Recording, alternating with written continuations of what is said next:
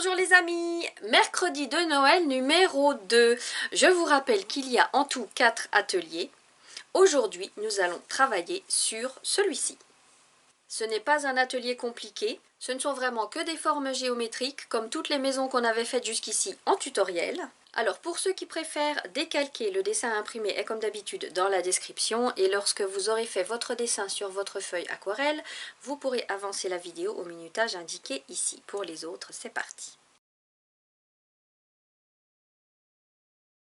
Voici mon prototype, petite feuille de papier aquarelle, un verre de 8 cm de diamètre que je pose. Donc je vous invite à aller chercher dans votre maison de quoi tracer votre cercle qui peut être plus gros, bien entendu. Une fois que ceci est fait, vous voyez c'est un dessin qui n'est pas compliqué du tout. Ceux qui avaient fait les maisons bancales ou les maisons, la maison de Morlaix, c'est pareil, c'est pas plus dur, d'accord? Donc tout d'abord une petite courbe sur le bas pour la neige. Sur le quart inférieur. À vous. Là, vous voyez, je vous donne même pas de cote. Hein. Pour le sapin, c'est tout simplement, on tremblote, on descend jusqu'au bord de cette courbe. À vous. Sur ce sapin, il va y avoir des tas de neige, donc au-dessus et en bas. On les positionne comme ça.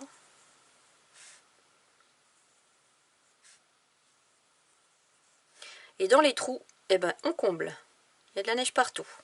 Avec, ça peut être aussi des plus petites taches. À vous.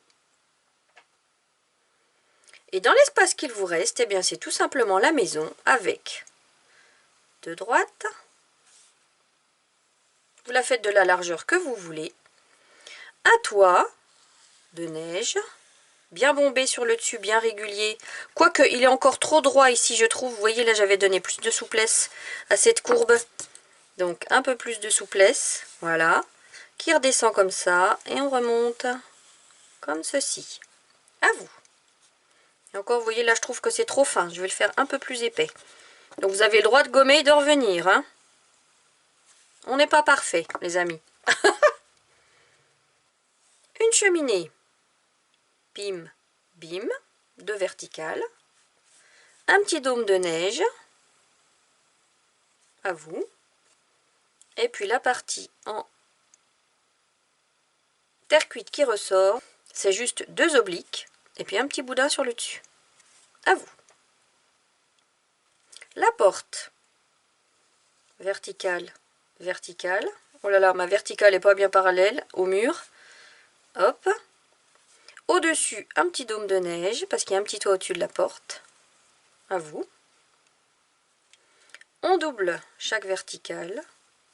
La petite poignée. Et après, tous les traits comme ça de la porte, on les fera directement à l'encre. Hein. Vous voyez ici ma maison, je l'ai faite plus haute que ici. Bah c'est pas grave, c'est venu comme ça, on laisse faire. Hein. Maintenant la fenêtre, c'est, bim, une poutre. Une autre qui descend comme ça, à droite pareil. De la neige sur le rebord de fenêtre, qui descend comme ça, et qui pendouille. À vous. Après, il y aura les petits carreaux qu'on fera à l'encre. Enfin, je dis on fera à l'encre, je les fais au crayon de papier. Hop. Et au-dessus, une autre fenêtre. Alors, je vais quand même essayer de la couper. Bim, bim. 2 poutres. Et une horizontale en dessous. Après les carreaux à l'encre. À vous. Et les briques de la cheminée. Une grande. Et les autres sont en quinconce, en laissant un espace entre. À vous. Là, vous voyez, c'est pas très arrondi. Je l'arrondis un peu plus. La structure du mur de ce chalet, ça va être juste des horizontales.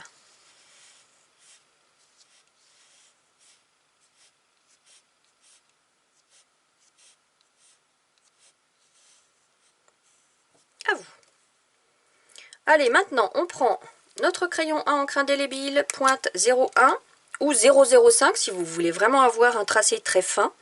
Et on repasse tout. Donc là, il n'y a pas de trop de règles parce que tout est au même plan. Donc on ne se prend pas trop la tête. Si, en premier, c'est d'abord les petits tas de neige. Voilà. Pour le reste, ma foi, on repasse tout.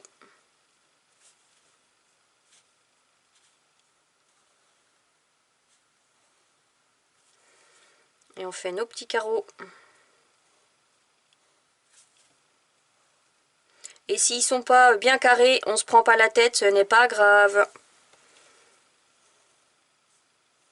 Les montants de la porte.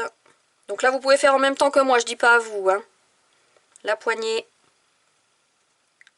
Les lattes. Et là, pour les lattes, eh ben, regardez, c'est tout simplement des petits traits parallèles. Avec plus ou moins de courbes, des U, des formes qui s'épousent. Tout simplement du lambris, hein. Ici, pareil.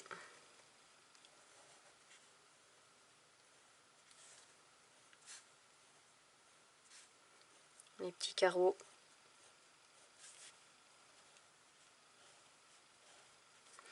Et puis pareil, la structure de chaque poutre. Là, pareil, structure de poutre. Hop là. Allez, maintenant, le mur. La petite courbe de neige. Et on repasse chaque latte. Elles n'ont pas la même épaisseur, vous voyez.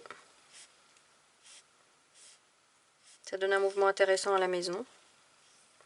Et puis pareil, allez hop, on peut faire comme ça des petites touches pour la structure bois. Si vous avez envie de travailler vraiment du lambris, du joli lambris, vous faites plus précis, hein.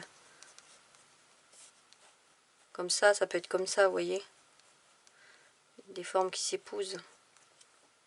Voilà. La cheminée. Notre petit dôme de neige. La partie en terre cuite. Des petits points ici pour la structure. Et puis les briques. Regardez là le modèle, hein, j'en avais fait un petit peu plus. Il y avait plus de place dans l'autre cheminée. Voilà. Et on recouvre le sapin en commençant par les petites taches de neige qui dépassent des branches.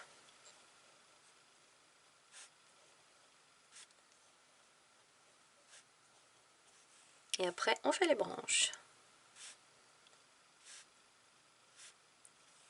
Voilà. Si tout est bon pour vous, et ben ma foi, on peut gommer. Alors, je ne repasse pas le tour à l'encre puisque ce sera découpé. Et on peut passer à la mise en couleur. Bienvenue à ceux qui ont décalqué. Avant de peindre, on va masquer la maison et le sapin. Donc préparez votre matériel. Moi je prends le même pinceau que d'habitude que je protège au préalable. Et c'est parti. Voilà, j'ai terminé d'appliquer ma drawing gum. Je vous laisse mettre pause le temps d'appliquer la vôtre. Et pendant que ça séchait, vous savez ce que j'ai fait? Je n'ai fait que des affirmations positives. Et ben ça fait du bien. Allez, à tout de suite. Une fois que votre drawing gum est sèche, on va pouvoir peindre notre ciel. C'est tout simplement un bleu clair. Ici, j'utilise le cobalt turquoise de chez White Nights. Donc, pas de prise de tête. Gros pinceau. Je mouille tout mon ciel sans m'occuper de la maison ni du sapin. Et puis, c'est une seule couleur. Vous voyez, on reste dans la simplicité. Si vous dépassez sur les bords, ce n'est pas grave puisque ce sera découpé après. Si vous souhaitez découper votre illustration, bien sûr. Sinon, faites attention pour ne pas dépasser. Vous appuyez bien sur les poils de votre pinceau. Vous n'hésitez pas à tourner votre feuille si nécessaire. Là, pareil, pour ne pas dépasser, il existe une vidéo trucs et astuces sur le site.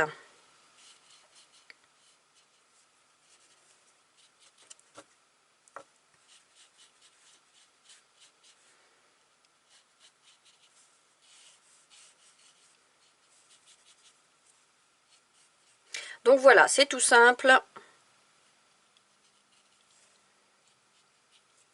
Et on attend que ça sèche. Alors, je n'attends pas que le ciel sèche pour faire la neige qui est devant. Parce que vous voyez, je vais juste mettre de la couleur au pied de la maison. Et puis vers le bas de la feuille. Donc je prends mon pinceau moyen.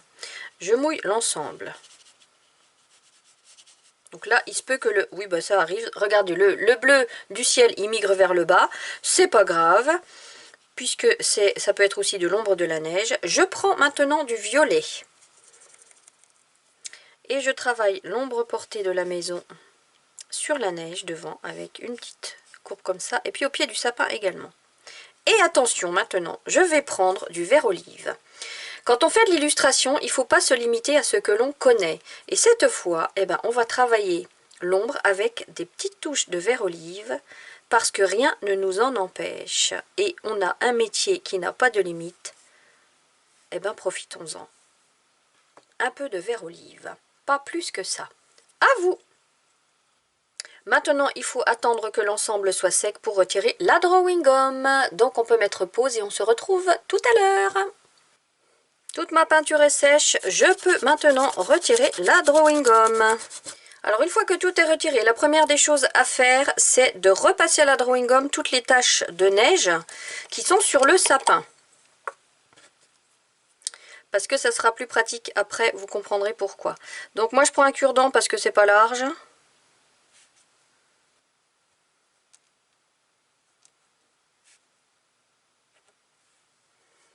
Voilà, j'ai terminé d'appliquer ma drawing gum. Je vous invite à mettre pause pour l'appliquer à votre tour. À tout de suite.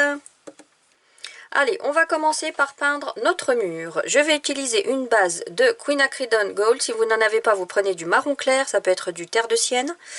Et puis du rouge anglais et peut-être du terre d'ombre en dernière ombre pour vraiment bien accentuer l'ombre sous la neige. Je verrai ça.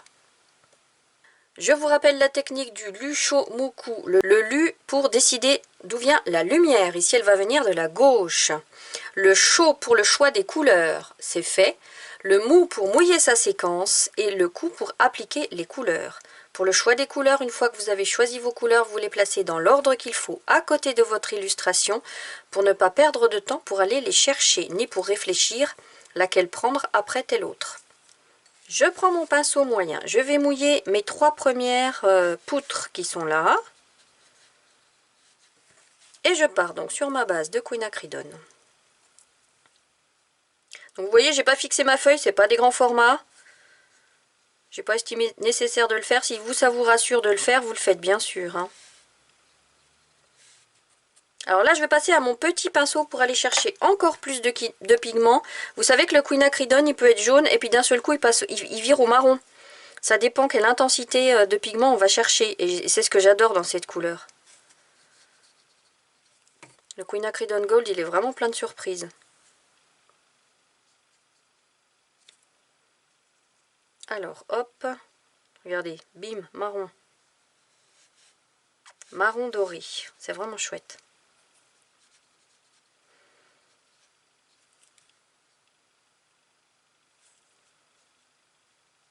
Hop.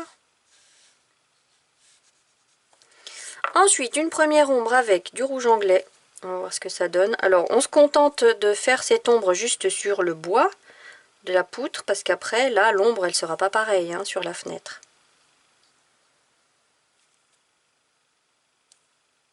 Donc, ce rouge anglais, il va migrer vers le bas, on le laisse faire. Je rince un petit coup mon pinceau. Et là, moi, pour ma sensibilité, j'éprouve le besoin d'aller encore plus loin dans les ombres, puisque j'aime bien avoir beaucoup de contraste. Je vais donc chercher du terre d'ombre pour renforcer encore plus cette ombre. Vous, c'est à vous de voir après à quel stade vous vous arrêtez. Vous pouvez vous arrêter au rouge anglais si vous l'estimez nécessaire, si vous trouvez ça plus joli. À vous. Allez, les deux planches d'après, je vais en sauter une pour pas que ça migre. Je vais choisir celle-là. Ben regardez, j'avais encore du rouge, du Quinacridone sur mon pinceau. C'est pas grave, je le garde. Donc je fais les deux d'après.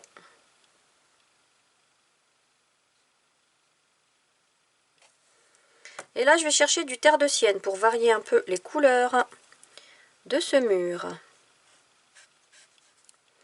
Donc terre de sienne par-dessus tout simplement.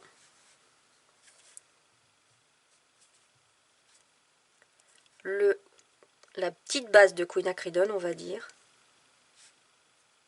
Hop.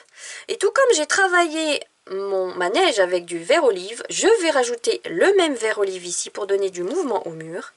une petite structure, un vert olive qu'on ne verra pas mais qu'on devinera. Hop. Et je touche plus à rien. À vous. Maintenant, on va travailler la cheminée. Ça va être une base de jaune, de rouge anglais, des petites pointes de vert olive toujours. Ça va être le fil conducteur, ce vert olive. Hein. Et puis une dernière ombre en bleu de Prusse. Pourquoi je prends du bleu de Prusse et pas du terre d'ombre? Justement pour donner un autre mouvement à l'illustration. Allez, je prends mon petit pinceau. Je mouille tout, même si, bon, c'est pas très large. Je sais pas si... Je pense que c'est pas nécessaire de mouiller au préalable. Vous le faites si vous le souhaitez. Allez, une base de jaune. Rouge anglais sur la gauche, sous la neige.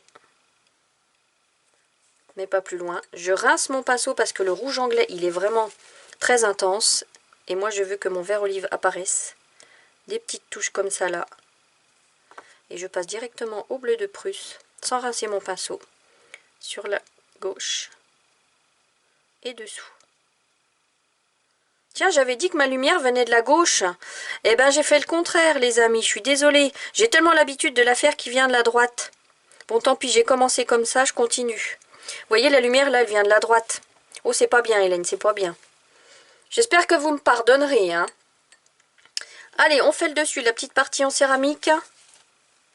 Je mouille un chouïa, et encore que le dessous, avec du jaune.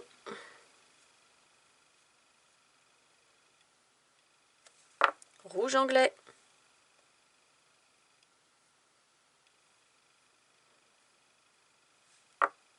Je vais pas mettre de vert cette fois, il n'y a pas assez de place. Et du bleu. Vous voyez que le bleu se transforme en marron foncé. L'ombre portée du petit boudin. Et l'ombre propre ici à gauche. À vous. Maintenant le sapin. Pinceau moyen. Pour les couleurs, on va utiliser du jaune, du vert clair. Ici, c'est du vert de vessie de chez Blox. Ça peut être aussi du vert anglais de chez Sennelier. Et puis, il y aura l'ombre portée de chaque tas de neige en bleu de Prusse. Donc, 3 couleurs. Vous les préparez à côté de votre illustration et vous les mettez dans l'ordre. Pinceau moyen. Je mouille l'ensemble. J'applique une première couche de jaune.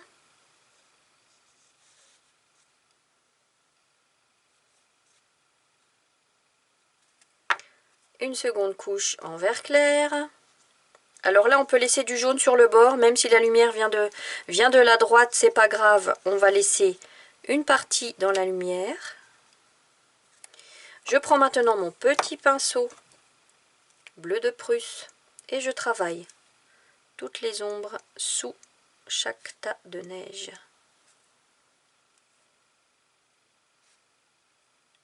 Je suis tout simplement la courbe de chaque tas de neige.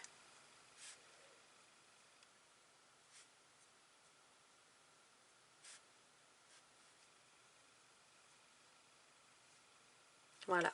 Et vous savez quoi, sur mon prototype, j'avais rajouté des petits mouvements avec du rouge anglais. Si vous avez envie de le faire, vous pouvez, des petites touches ça et là. Voilà. À vous. Maintenant, les poutres qu'il nous reste, ça va être, moi je vais prendre de l'ocre. Alors là, c'est de l'ocre de chez Blox. Alors, si vous n'avez pas d'ocre, ça peut être du quinacridone, ça peut être du terre de sienne, ça peut être du beige aussi. D'accord? Donc, on y va. Ça va être une couleur, ces poutres-là vont être légèrement plus claires que le reste de la maison. Histoire d'avoir une alternance dans les couleurs. Donc là, à plat, enfin à plat, à sec, pardon. Je mouille même pas au préalable.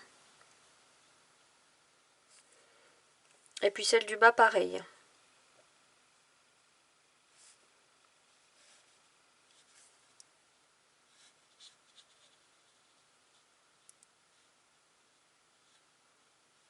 À vous. La porte, ça va être une base de jaune, de vert olive, de rouge anglais et de terre d'ombre pour la dernière ombre. Donc préparez vos couleurs. Petit pinceau, je mouille toute la porte, sans les montants. Du jaune.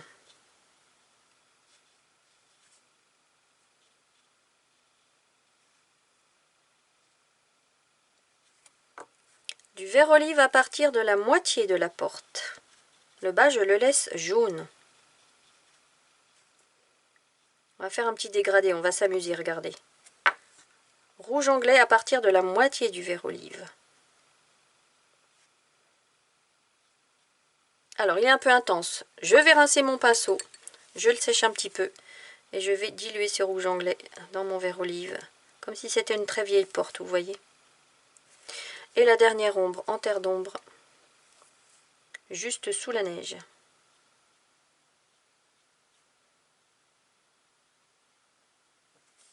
À vous. Pour travailler les poutres autour de mes fenêtres, je prends du beige. C'est du jaune de Naples en fait. Et là pareil, à sec, j'applique tout ça.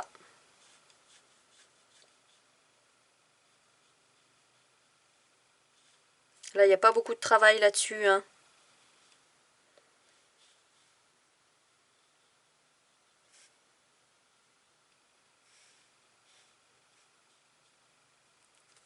Ce qui ne nous empêche pas de travailler une ombre en terre de sienne, l'ombre sous la neige. Dans la continuité de l'ombre qu'on avait fait sur le mur, bien sûr. À vous. Et je reprends le même beige pour travailler le montant de la porte, les deux montants. Là, vous voyez, c'est passé avec sa migre. Et avec mon rouge anglais, l'ombre portée de la neige.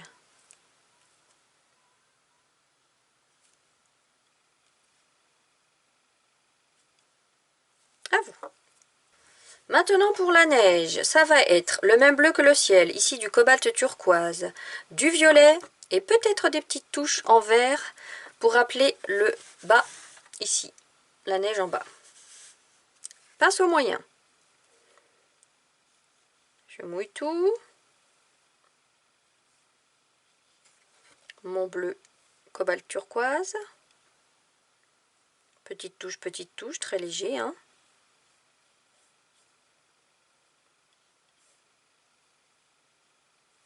Petit pinceau pour le violet. Donc là, je dilue un peu ce cobalt turquoise qui est plus intense ici.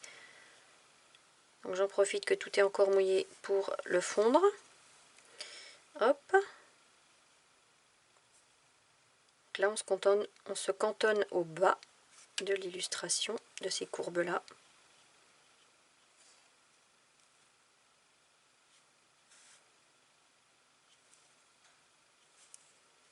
Et sans rincer mon pinceau, je vais chercher le vert olive. Ouh, ça fait trop sombre. Ouh là là. Je rince mon pinceau parce que vous voyez là, ça va pas. Je dilue tout ça. Ah oui, je sais pourquoi, parce que j'avais du violet dans mon vert olive. Je suis allée chercher, piquer à cet endroit-là. Voilà. Des petites touches hein, de vert, pas beaucoup. Voilà. À vous. Je garde mon petit pinceau. Je mouille cette séquence-là. Alors là, je ne vais pas mettre de vert parce que c'est pas large. Mon cobalt turquoise. Et un peu de violet. Pas plus que ça. À vous. Et là, c'est pareil. Je mouille ces deux dernières séquences. Alors, je les fais en même temps, hein, c'est pas large. Si ça vous rassure, vous les faites individuellement. Un peu de cobalt turquoise sur le bas.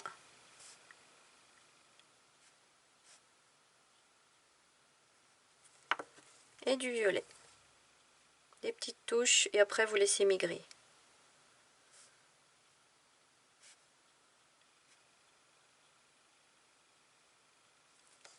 À vous. Mon sapin est sec, je peux retirer la drawing gum. Et cette fois avec du violet et à sec, je vais travailler l'ombre propre de chaque petit tas de neige. Alors si vous préférez mettre du bleu, vous mettez du bleu hein, sur le dessous.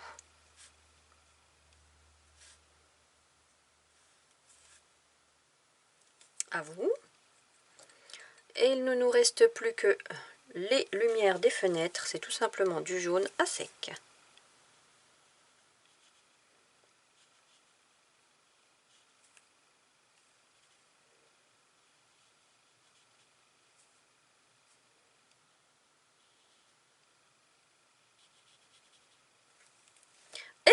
les amis, c'est terminé. Voilà, j'espère que ça vous a plu. Alors vous savez quoi? Cette maison, c'est une base, mais vous avez plein d'autres de mes tutos où on a fait d'autres maisons. Je pense à la maison bancale, à la maison de Morlaix. Vous pouvez inventer vos propres maisons et puis rajouter de la neige tout simplement. Faites vos propres versions. Voilà, je vous dis à la semaine prochaine pour le mercredi de Noël numéro 3 et je vous embrasse très fort.